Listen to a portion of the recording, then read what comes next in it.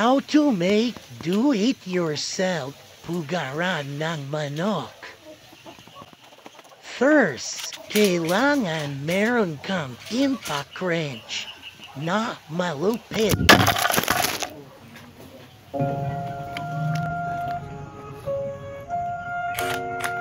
Second, tumalikod sa camera habang ginagawa yung hugaran.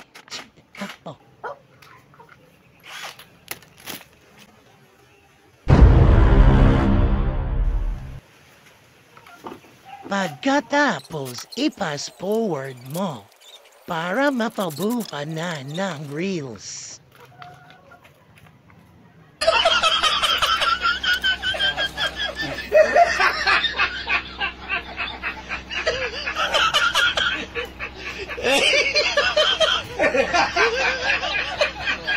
Nagsayang na naman kaya ng 90 seconds ng buhay niyo.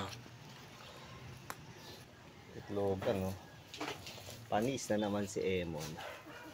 Panis. Panis na naman si Emon. At ang ina, oh. Ina, may tatalo ba dyan? Panis.